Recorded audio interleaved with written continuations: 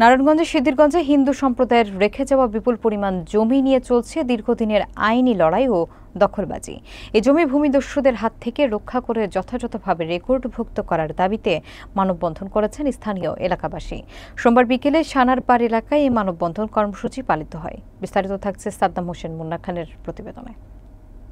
নারায়ণগঞ্জের সিদ্ধিরগঞ্জের সানারপাড় এলাকায় হিন্দু সম্প্রদায়ের প্রায় 250 কোটি টাকা মূল্যের 3 একর 86% জমি নিয়ে দীর্ঘদিন ধরে বিভিন্ন মহলে কাড়াকাড়ি চলছে। এই জমি দখলমুক্ত এবং বিএস জরিপে যেন কোনো ব্যক্তির নামে রেকর্ডভুক্ত না হয় সেই দাবিতে গতকাল সোমবার বিকেলে মানববন্ধন করেছেন স্থানীয় বাসিন্দারা।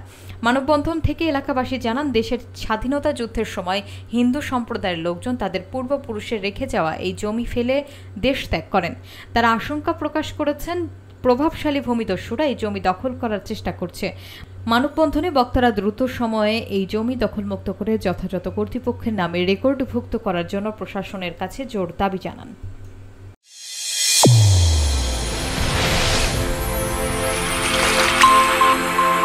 চ্যানেল A1 হৃদয়ের স্পন্দন।